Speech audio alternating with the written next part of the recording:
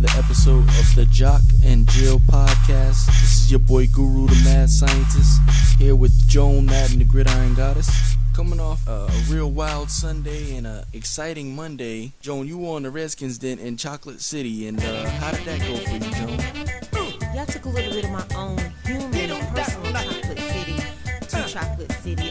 It was an amazing experience. I was honored to have two segments on Good Morning Washington, which for those who aren't familiar, it's like the Good Morning America of Washington, D.C. So I got to talk about the book and give tips from the book, which was awesome because, you know, it's crazy. That's live TV and stuff, but because it's live TV, you get raw reaction. So to have people kind of just like laughing, I was getting like the high fives and stuff like that on the set. That was awesome. And then what I found out later on was that people in the control room were just kind of saying, "Ooh, I hope she says this. Ooh, I hope she says this." And I did. Like, prime example, one of the tips I gave was for women, it's great that you want to be involved in watching the games and you want to ask questions and you want to be proactive. But I was like, just make sure you ask the questions during commercials or during halftime or on Tuesday nights when the games don't come on. And so there were guys in the control room. They were saying, like, rooting me on, like, please tell them don't talk during the game. Please tell them don't talk during the game. Stuff like that. So I ended up saying it without even knowing it because, again, it was live, but they told me after the fact. So that was really encouraging to know that people appreciated the things that I brought to the table there. And then, yeah, with the Redskins, then that was with Fred Smoot to my left, which was amazing. Of course, former cornerback of the Washington Redskins. And we recapped the Eagles and the Redskins game.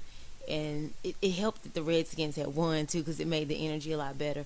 And just getting, like, some reassuring statements and a lot of welcome backs and why this is so attractive and very impressed and high fives and, you know, make sure you come back to the studio, that kind of stuff. So it was an amazing experience. I'm very grateful, very humbled. I was nervous, as always, because it is live, but I don't take it for granted. And, again, I'm very grateful and humbled by it. Absolutely. So let's get right into this Sunday night football game from last night, in which the Arizona Cardinals hosted the New York Jets. And there was a very one-sided game. The New York Jets seem to be a team that's in disarray. Final score 28-3 in favor of the Arizona Cardinals. David Johnson scored 3 out of the 4 touchdowns for the Arizona Cardinals and ran for 111 yards. Carson Palmer did throw a touchdown pass to Michael Floyd. Ryan Fitzpatrick and Geno Smith threw an interception apiece. You know, what's going on with the New York Jets, Joan? There's a lot of questions that need to be answered for the New York Jets. I'm really extremely disappointed. This was a team I had been eyeballing to kind of build off of the 10-6 record and being just one game short. That Week 17 loss to the Bills is the only reason why they did not go to the playoffs last year. So I kind of thought that they were turning the corner and were on their way. Of course, Brandon Marshall made a very outlandish bet with Antonio Brown earlier this season. I don't know if that was like a jinx or a curse or whatever, or if it was the Ryan Fitzpatrick holdout, and then, of course, him having the $12 million for this year, and he hasn't shown that he's been worth the $12 million. Even with Geno Smith coming in, he threw an interception. He made some passes off of his back foot. I mean, he started off with a couple of completions, so you thought maybe like the confidence was there, and it wasn't. He ended up, like I said, on 4th downs, not really being able to convert successfully, and threw a turnover, as you alluded to, threw an interception as well. So a lot of questions with what they're going to do about the quarterback position. They have a very solid and tough front seven, so it was just amazing that David Johnson ran 3 touchdowns on them with you having such a stout defensive front. I don't know, maybe they were worn out and tired because their offense wasn't able to produce anything. The other thing that I'm worried about with the Jets is David Harris, the linebacker, and he's definitely a general when it comes to the defense. Was that the major difference? Like, it took that one player for where Johnson was able to have that much success too. So it's kind of like when you miss pieces, like when you miss one person, you were missing Eric Decker from your receiving core. I get that.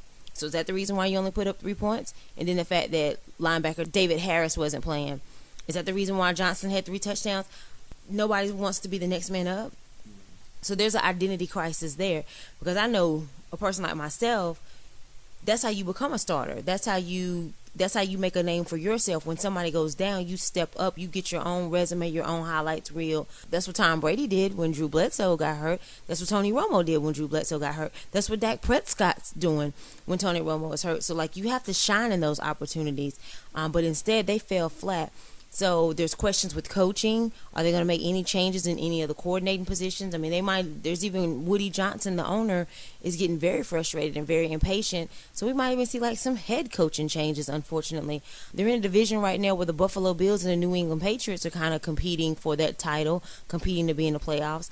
Starting 1-5, there's practically no way that you dig yourself out of that hole, and it doesn't get any easier for the Jets because they do have to play the Bills again, and they have to play the Patriots twice. Oh yeah, and it'll be a Patriots team where they play them with Tom Brady both times, pending no injuries or no additional suspensions. But nonetheless, it doesn't get any easier for the Jets. Lots of questions, but I think what it will boil down to is the Jets have to go back to like running the football constantly and consistently. You do have a strong offensive line. I know tonight there were some changes on it. Like there was like a couple rookie pieces, changes at center, changes at the right guard. You have to restructure those things and build off of that. And again, going back to your philosophy, your identity of running the ball consistently, effectively, and efficiently. Answer the question at quarterback. Might we see Geno Smith starting? Maybe have to shake some things up. Brandon Marshall don't make any more bets like that. But he's definitely a playmaker. Maybe he need to cut his hair too. Like, I don't know. Maybe that's a jinx too. Like, you having more success when you had lower hair.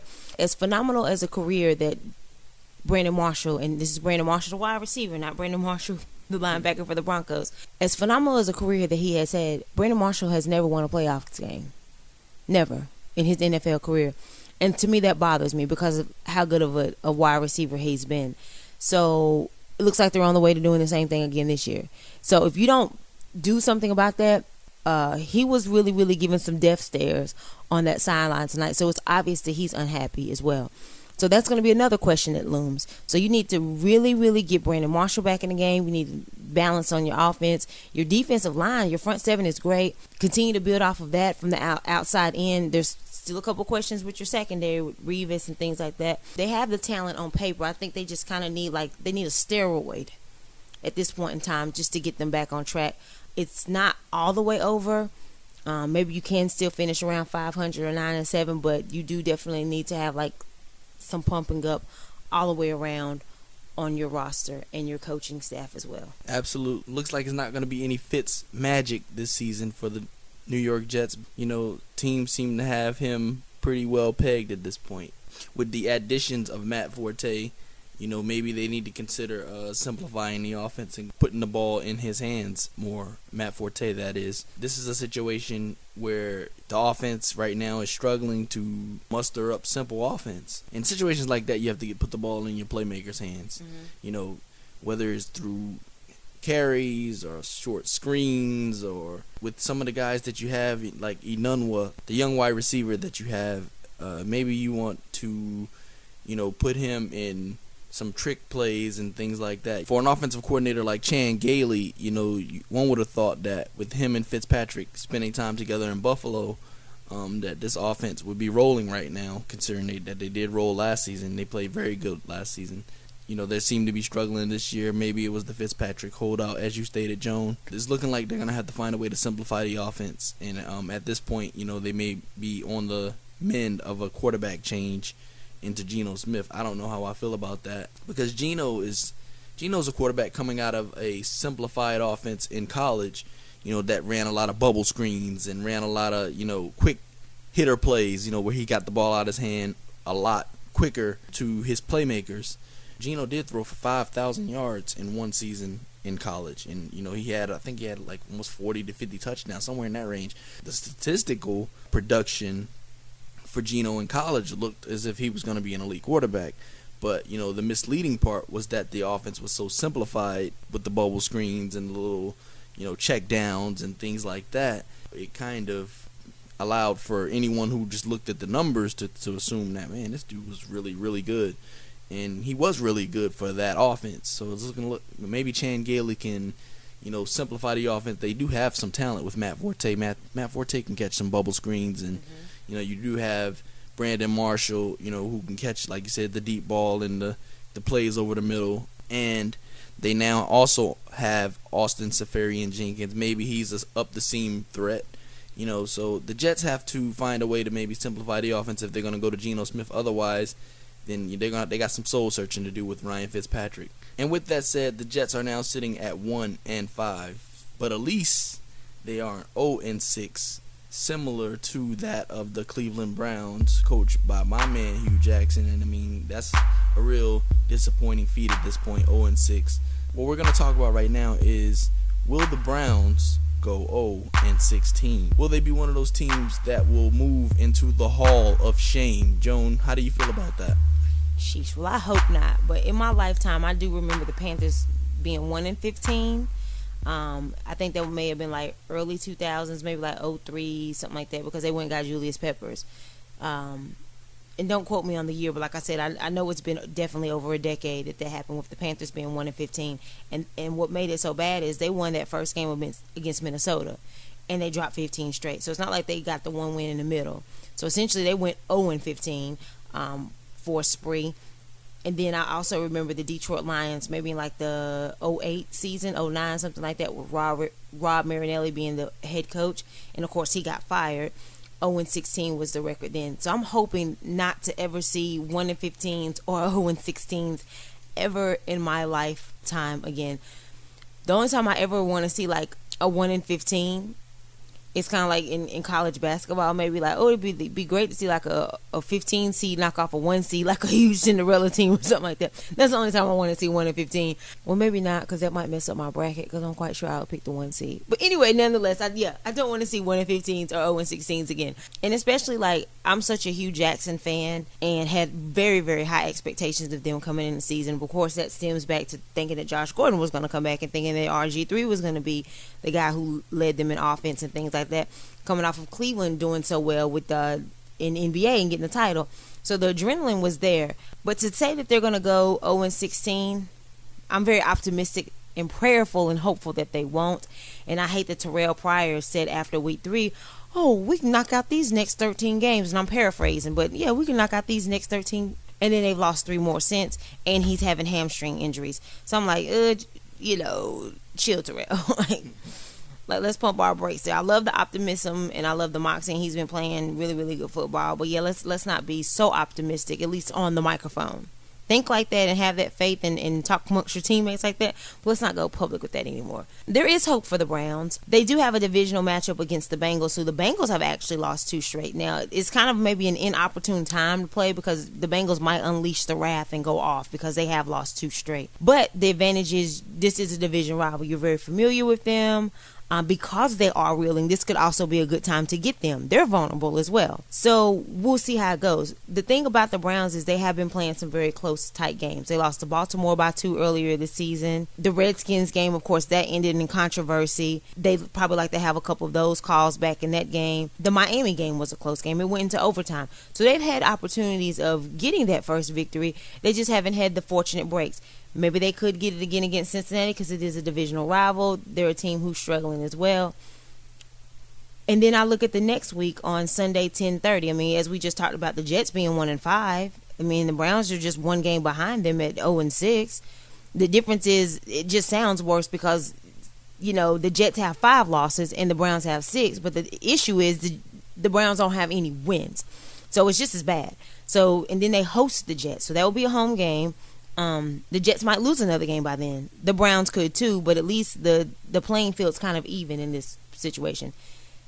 Now, the Jets could have 2 wins by then, and the Browns still hadn't won 1, or they both could have 1 win, or it could be still 1 win for the Jets, 0 wins for the Browns. So those next 2 games on the docket, I'm looking at as being like the best opportunities for them.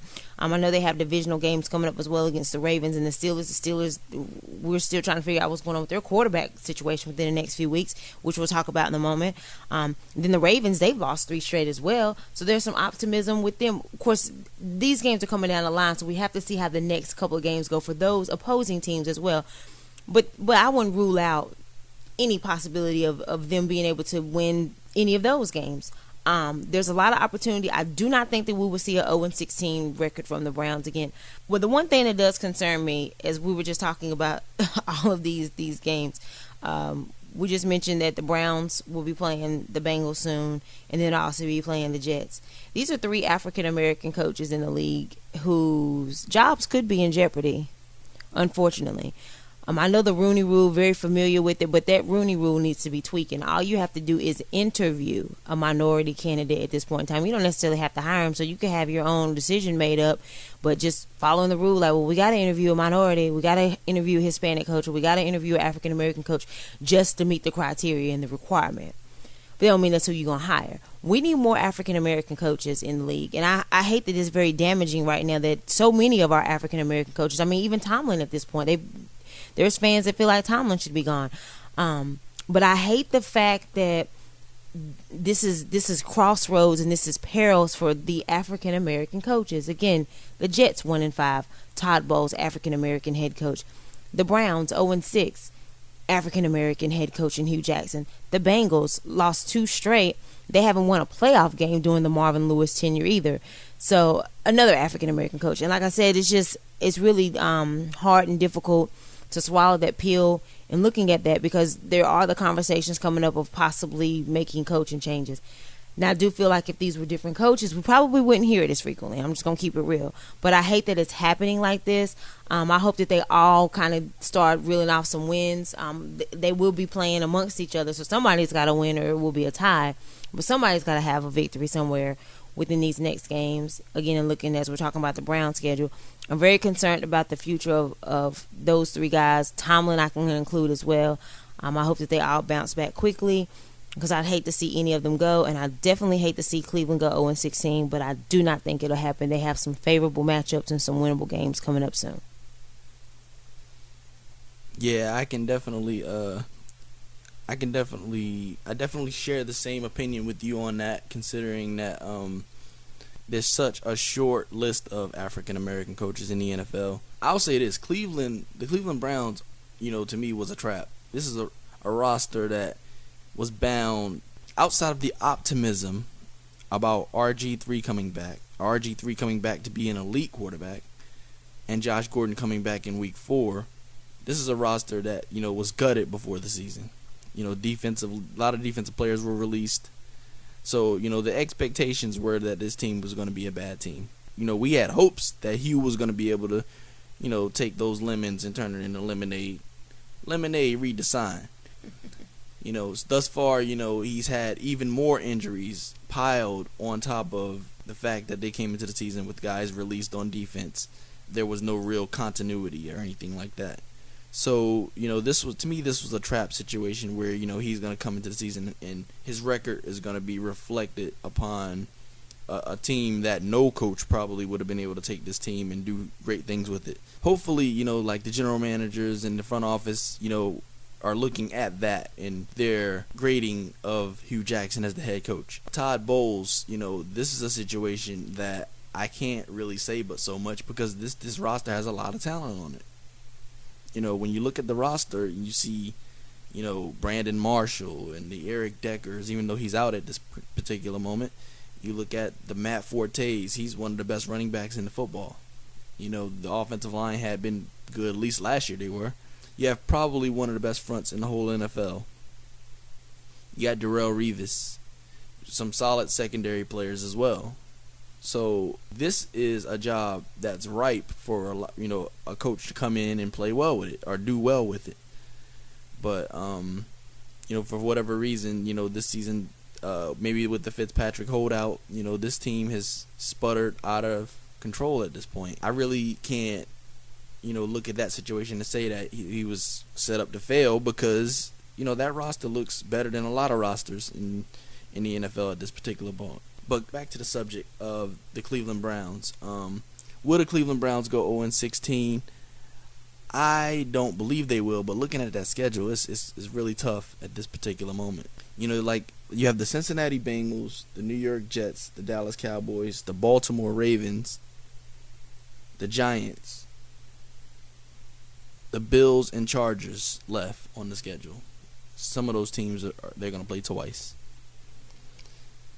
Those are all teams that are vying for, maybe outside of the Chargers,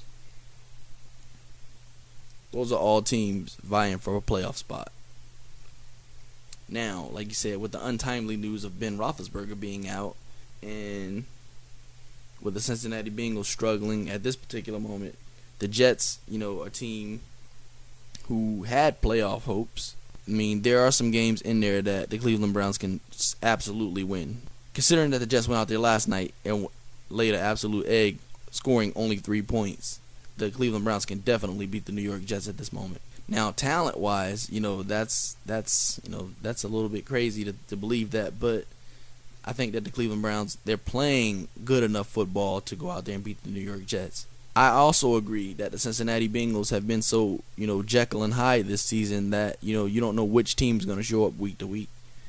So, if the same Cincinnati Bengal team that showed up against the Cowboys last week, shows up against the Cleveland Browns, Hugh Jackson should be able to muster up enough offense to beat them as well. Also, the previous game between the Baltimore Ravens and the Cleveland Browns, the final score was 19-17. That's 2 points. That's a game that Justin Tucker kicked the field goal at the end to win. But I do think that Cleveland's capable of winning that game. So I see at least 4 winnable games on the slate for the Cleveland Browns. I'll say they win 2 out of the 4 games. Moving into the next topic. Well, that's good to hear that we're both optimistic. That looks like clearly there's a consensus that we do think that there's brighter days ahead for the Cleveland and that they won't finish 0-16. And those winnable games are close. So shouldn't be long there for the Cleveland Browns, and we'll definitely monitor the progress, and hopefully they will come off the grid soon. Now, we hate to be so down on some of these topics in the NFL. I mean, the Jets being 1-5 and the Cleveland Browns being 0-6. We're going to continue that trend. We'll bring it back around. Trust and believe. We will get some better news. But it's a case of the blues here, starting off the week as we conclude in week 6. That seems to be our theme so far. So let's keep that trend going. Frank Gore, formerly of the San Francisco 49ers, but he has spent the past couple of years with the Indianapolis Colts. They dropped to a 2-4 record on Sunday night, and they had a lead on the road. Frank Gore at the end of that game, and mind you, Frank Gore just recently passed Jim Brown on the all-time rushing list, so that's an accomplishment within itself. But that didn't matter to him. They collapsed against the divisional rival, the Houston Texans, with a game that they could have and should have won. But following Sunday night's disheartening and surprising collapse to the Texans, Gore lamented and went off on the situation. He was speaking to the Indianapolis Star, and he said that, "I didn't come here for this. Guru, what is this that he's speaking of? What is this he's referring to?" I think that the this that he's referring to is, the offense being this being an offense that's capable, at least between him and Andrew Luck, this offense being an offense capable of running off some numbers, him not being a focal point of this offense, because Andrew Luck seems to throw 40 to 50 times a game. The great Andrew Luck, the quote-unquote great Andrew Luck, seems to want to throw 40 to 50 times a game. They're sitting at 1-5 right now. I'm sure Gore's sitting back feeling like, we went to London, all the way to London, to lose to the Jacksonville Jaguars. We ain't got to go all the way to London to lose to the Jaguars, do we? They went all the way to London to lose to the Jacksonville Jaguars this Sunday, in a game where most would say that they had assumed control of the game, considering that in the fourth quarter they were leading the game, and it allowed Houston, disappointed Houston fans had already left the game because they already felt Andrew Luck had done the thing. He had already, put his stamp on this game. This game was over. And they allowed Brock Osweiler and the Houston Texans to come back and win the game. Now, mind you, they were at Houston. But this is the superstar, quote-unquote, Andrew Luck, who was supposed to, had closed this deal and won this game for the Indianapolis Colts against a team that's within the division in the Houston Texans. Now, Frank Gore is in his prime at this point. Frank Gore is a talented running back. He's a guy that, should allow for the Indianapolis Colts to play more ball control, have less turnovers, give the ball to the man, and let him run 20 to 30 times a game. He'll get you 140, 130 yards, 80, I'll say anywhere from 80 to 130, 140 yards a game. That many rushes should open up play action, should open up plays for T.Y. Hilton, should open up plays for Jack Doyle, should open up plays for Dwayne Allen, and all these other guys that they have on the offense, which should make life a lot easier for Andrew Luck. But for some reason, that's not happening this season. So Frank Gore is probably sitting somewhere, with no answers. As of right now, the Indianapolis Colts are sitting at 2-4, and Andrew Luck and the roster and the head coach are sitting around with no answers. So Frank Gore, him being a guy who's, a little advanced in his career, he was expecting to come to an Indianapolis Colts contender. And this team is far from that. Joan, how do you feel about it? Joan, what do you think that, Frank Gore should have been expecting coming to this Indianapolis team? What's crazy is, like you mentioned, Andrew Luck is typically throwing the ball 40 to 50 times a game. He only threw the ball 32 times the other night, and Frank Gore did get the 20 to 30 carries that you typically want your running back to have. And he had 22 carries. And that still wasn't enough for them to win. I just think that at this point in the game, there was a little bit more balance on the offense there. Again, Andrew Luck not throwing the ball as many times as he usually does, and Frank Gore getting more carries than he usually does. I just think at this point in time with the Colts, it's more than what's on paper. I think they were cursed. With the way that you all did the Hall of Fame quarterback, Peyton Manning, and just thinking, oh, well, he's got stuff going on with his neck. He's old. He's washed up. He's brittle. We don't want him anymore. We got to start working on shipping him out. I don't think it was time for you all to do that. Because when you did that, you went and got an Andrew Luck who didn't really get the full tutelage under Peyton Manning. Like kind of how Aaron Rodgers did with Brett Favre. Peyton Manning was hurt. And then you sat somewhere and you say these things about a guy who got you a ring, and treat a guy like this who got you a ring. And Jim Irsay, I'm talking to you. And for you to do those things, I think that you guys kind of became cursed, honestly. I think it's beyond what's happening on paper here. You had a great coach in Tony Dungy. He wasn't a vibrato type coach. Very low key, very spiritual guy, but he always got the message across. Again, he brought you a ring. I just really don't like the way that these guys were kind of handed bids, So I think that they've been cursed. And Jim Irsay, just the way that, with your drunken rants and things like that, you're a very unprofessional front office guy. And I don't like the way that you run the organization. Again, signing Andrew Luck to that contract extension because he wanted to play a spoiled brat or whatever the case may be. If you thought that you had to pay him in order to get better out of him, dude did not even have perfect attendance last season. And here you go throwing this man a bone. You should have made him earn that check a little bit more. But hey, this is what you get, and congratulations to you. I'm glad that it's happening for you.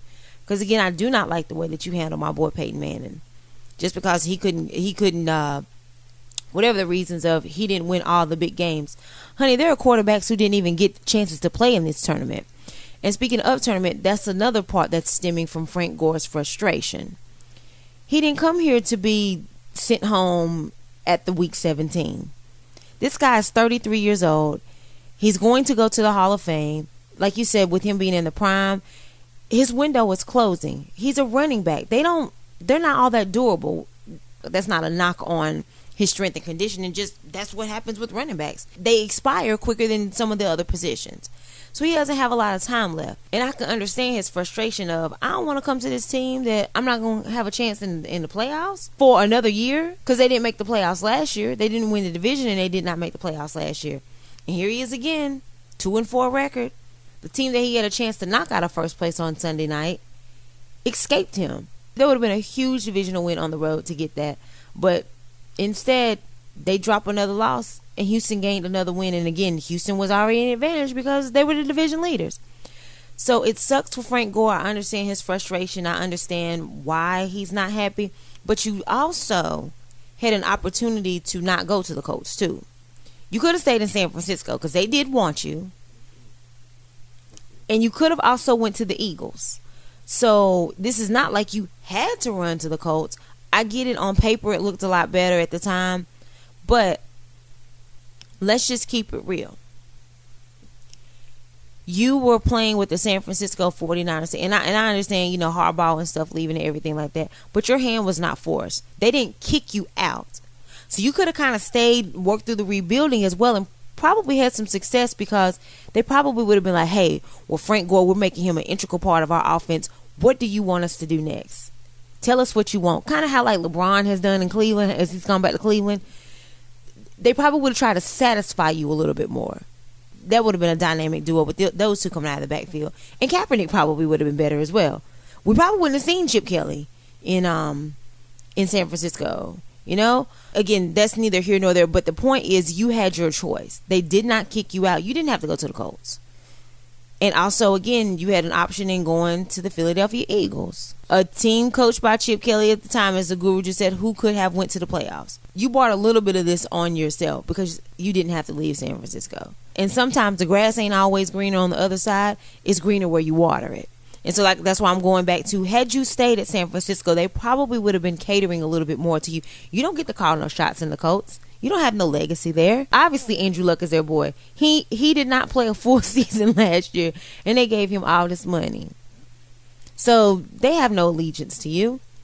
They just look at you as you're another guy on the thanks for stopping by. The line that Russell Simmons said when he finished Def Comedy Jam. Thanks for coming out. God bless you. Good night. So they're not really going to pacify and succumb to, what you necessarily want. They paid Andrew Luck as their franchise quarterback.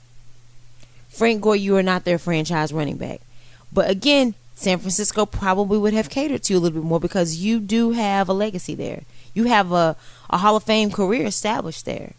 So a lot of this stuff, again, is a part of the karma of the Colts because you shouldn't have done Peyton Manning the way that you did. So, But nonetheless, in sticking with the theme of just all of the dramatics associated with coming out of week 6 as we go into week 7, more drama that we're going to talk about. Ben Roethlisberger, banged up, beat up in the Miami loss. It's almost like, well, dang, if they would at least, if they would have won, maybe that would have helped pacify a little bit of it. But it was a brutal game for Pittsburgh all the way around. They were up 8-3, and Miami just went on a little bit of a scoring spree, and Pittsburgh just never saw the lead again. Antonio Brown was bottled. When Hayward Bay is the guy who gets your touchdown, not Coates, not Antonio Brown, not much of Le'Veon, not much from Ben, but it was Hayward Bay, back from the Hurricane Chris days. To me, that says trouble right there. Anyway, like if I'm looking at, I'm like, who was the one that got the touchdown, and that's who did it. To me, that already sensed trouble right there. So you lost the game, you lost the quarterback. You go into week 7 playing an on fire New England team with Tom Brady. As a Steelers fan, I trust us. I'm not one to jump ship. Look, we could be 0-15 and we about to play the undefeated team, and I'm still gonna ride. I'm gonna find a way to be like, we still have a chance, because it's any given Sunday mentality for me. I'm never writing my team off, and I come into week 7 with this mentality. I come into the next few games with this mentality. The problem is we do have a tough schedule. This is a very untimely injury. These are not easy games at all. We're in the meat of our schedule with this. Now, granted, with Ben Roethlisberger, undeniably, like, yeah, we're going to win those games, because those were still tough games. We were going to show up for them. It's the games like against Miami and against Philly and stuff that we had the issues with, But we played tough. When we played up to the competition. I don't always agree with that, but we have. So I felt like, we're playing New England. Our offense matches their offense, but without Ben Roethlisberger, it's definitely a fall off. There's questions with Landry Jones. I mean, he's not that good of a backup quarterback. That's just all it is to it. I think Ben's completion rate is maybe like 78.3. With Landry, we dropped down to like 58.7 or something like that. But yeah, I'm not really feeling the Landry Jones drop off. Then also, like I said, we're playing with Landry. Landry Jones is going to be our quarterback during the meat and some hard parts of our schedule. New England, we do get at home. We also have a bye week coming up after that.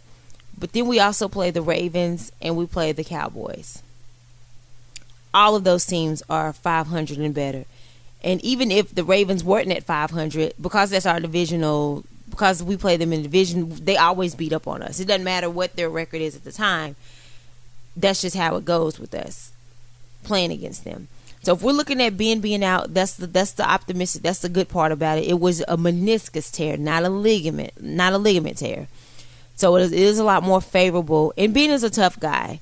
And our offensive line is really a lot better now, obviously with having Pouncey healthy, knock on wood. So 3 to 4 weeks, again, it's just really, really tough games. We're probably going to have to make some adjustments at quarterback by then. Thank God that the bye comes after the New England game, because it's like we do get a break to also get some of our other help that we have on IR to come back. And playing in this game against Miami the other day, we were out 11 starters total. Now I think that we know that Ben won't be there, but we need to get some of that help back on. Like Ryan Shazier didn't play against Miami. We need him against Tom Brady. There's no ifs, ands, or buts about it. And we also lost. We didn't have another guard. We also were missing a key offensive lineman. His name is not becoming right now. But those are the main two pieces that we'll definitely need with New England. Again, the next week we have a bye. Let's just get over this hump right here. I'm not counting us out because we are a resilient team. And we just sometimes we find ways to get it done. And because people always, when people count us out, that's when we do well. I'm gonna give you a prime example. The year that we went to the Super Bowl and won the Super Bowl against Seattle, I remember in the regular season, it might have been like week 6, week 7. It was a Monday night game.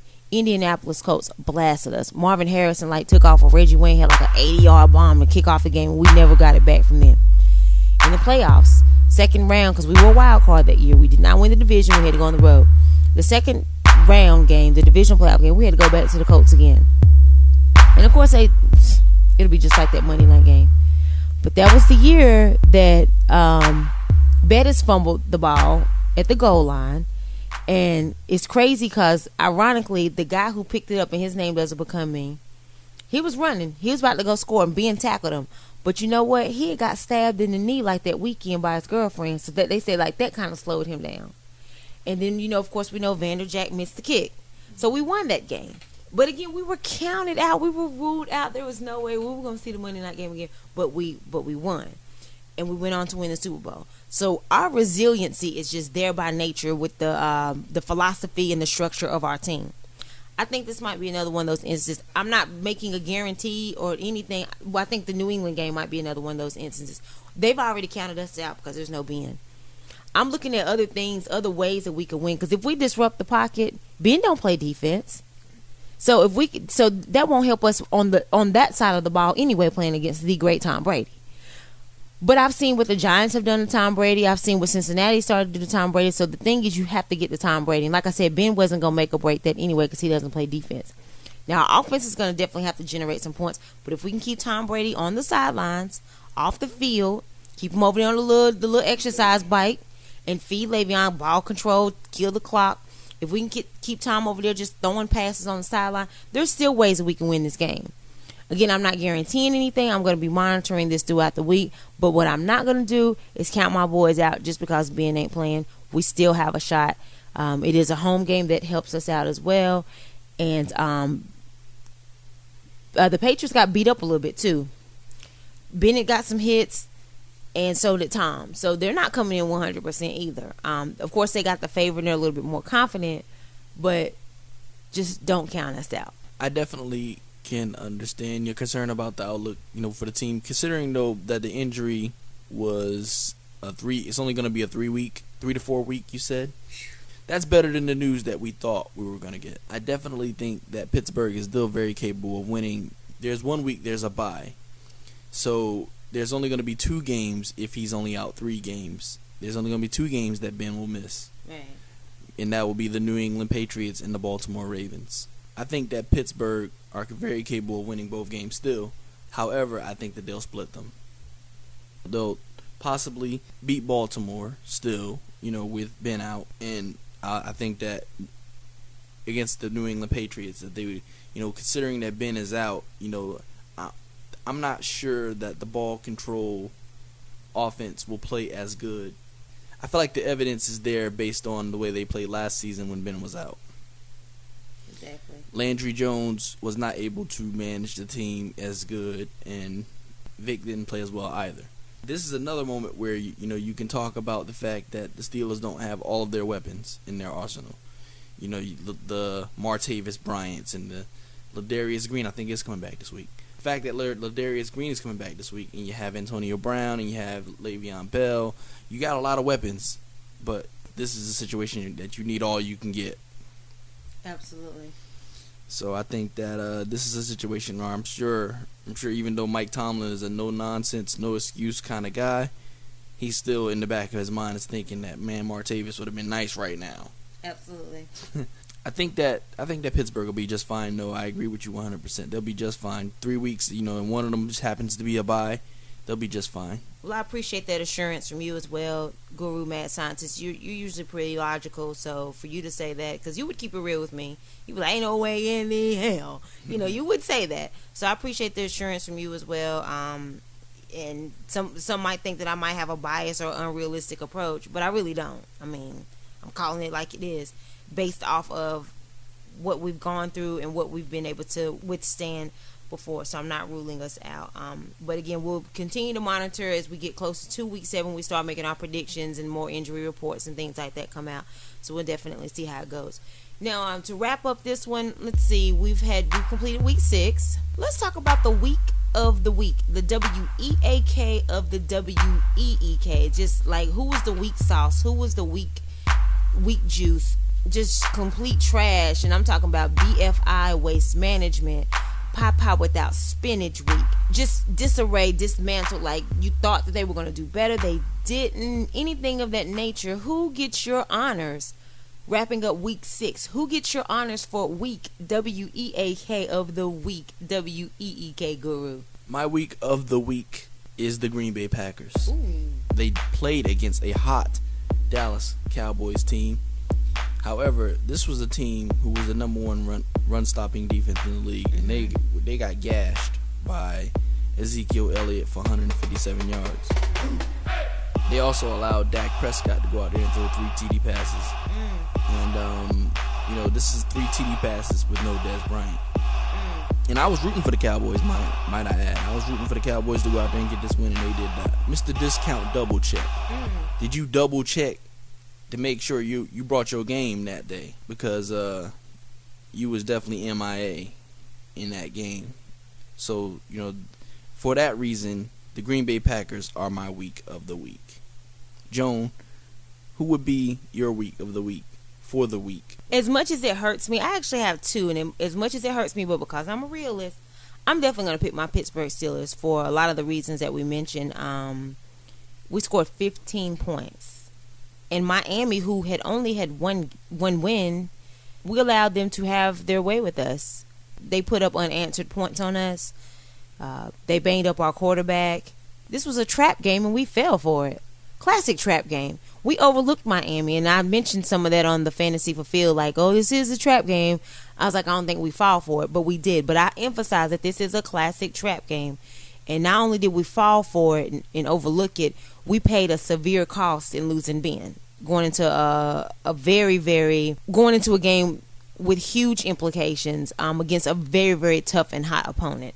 We set ourselves up for the kill and for the failure on that. I think we got a little bit too comfortable. I think we need to be reminded of Philly beating us 34-3, and maybe we will see a little bit of that. Maybe we'll see some of that on Sunday. But I think we got too comfortable because we were playing a team who had a lot of questions with their quarterback and a lot of questions with their coach, and only having the lone win up until Sunday. So I'll give us the honors for that. And also the other team that I typically cheer for. And this one might surprise you because there were so many others I could have chose. Like you said, you rocked with Green Bay. We could have looked at Baltimore secondary for allowing Odell to have 222 receiving yards.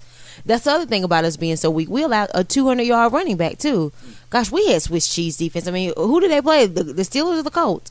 But so we could have went that angle. Also, we could have did the Colts. That fourth quarter collapse.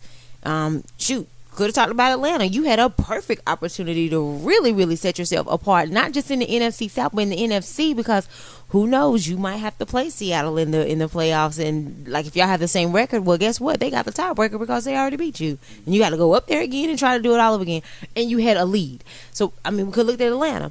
New York paper airplanes. We sure could have looked at the New York paper airplanes as well. Just they were grounded again. I mean, my goodness. They're playing paper planes, and they were MIA. You remember MIA had the song Paper Planes? Well, look at the irony in that. The Jets were MIA, and they were paper planes. Absolutely. So we could have talked about them as well.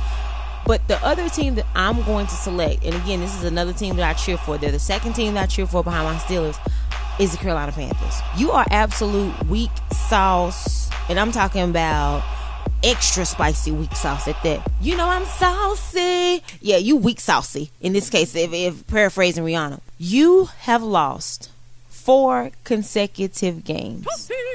2 at home, 2 on the road. But wait, there's more. In that 4-game losing streak, you have lost 3 consecutive divisional games. But wait, there's more. You have a bye week that you're going into with this 4-game losing streak. Now, usually people want to go into a bye week like, okay, well, next, we got a little bit of a momentum. We're going to get some players back next week, or maybe just losing 1 game and going to make some adjustments and, we needed this to regroup or whatever. Or sometimes you don't want to have a winning streak and go into a bye because it kills your momentum.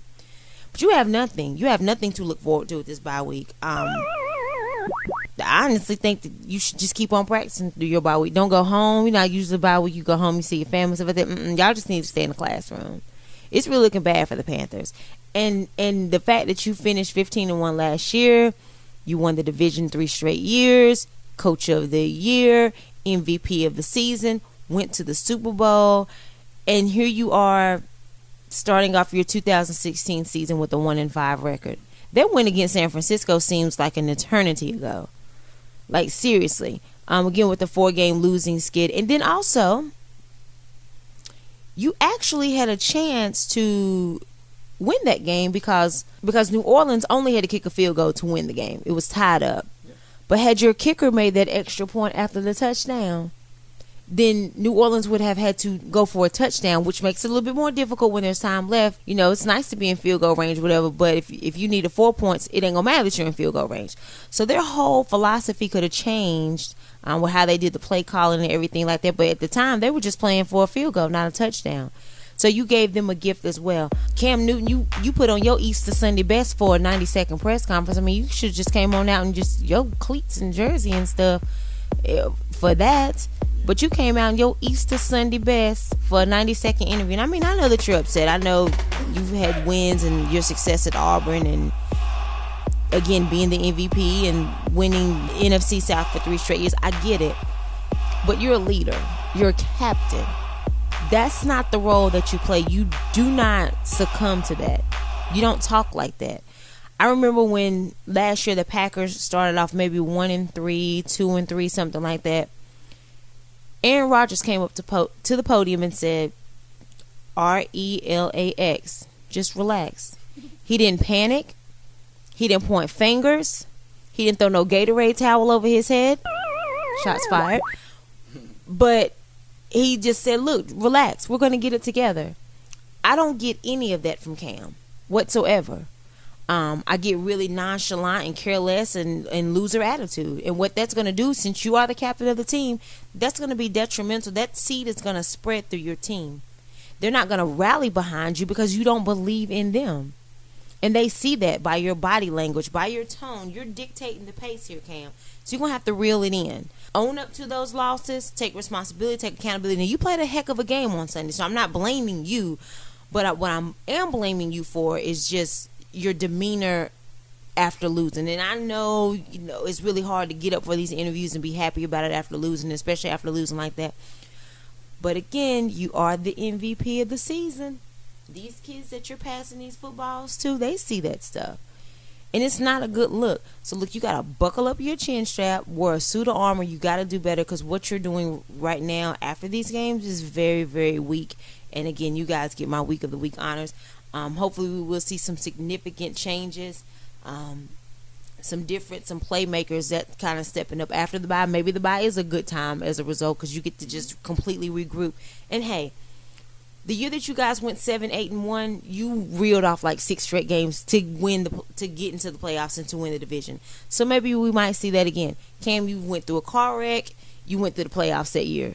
So maybe we'll get to see like a resilient team come back because you've been through things before and you've bounced back. So hopefully after the bye week, we will get to see that type of demeanor, that moxie, a killer instinct come back from the Carolina Panthers and specifically you, Cam Newton.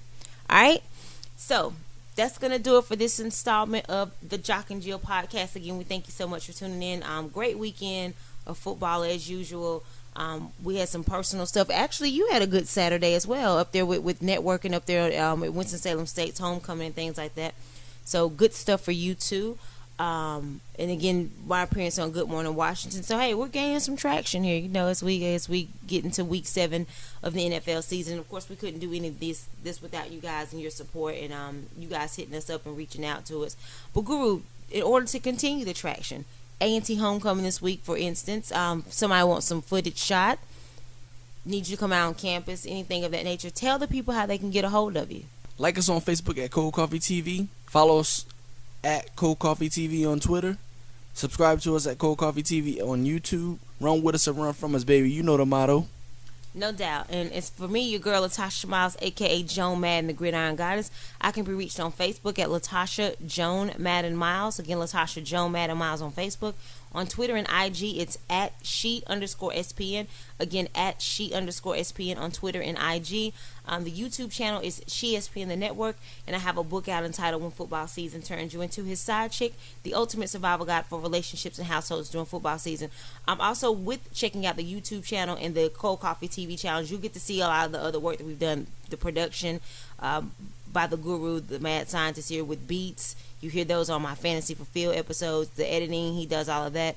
Also, we should have my interview with Fred Smoot and others up at Good Morning Washington should probably be posted as well on those pages coming up throughout the week, right? So again, we appreciate the support. Anything that we have going on, any shares, like, comments, anything of that nature, it's we welcome it and we appreciate it. So thanks again so much for you guys' support, and continue to do so and hit us up for your needs with any of the production and things of that nature.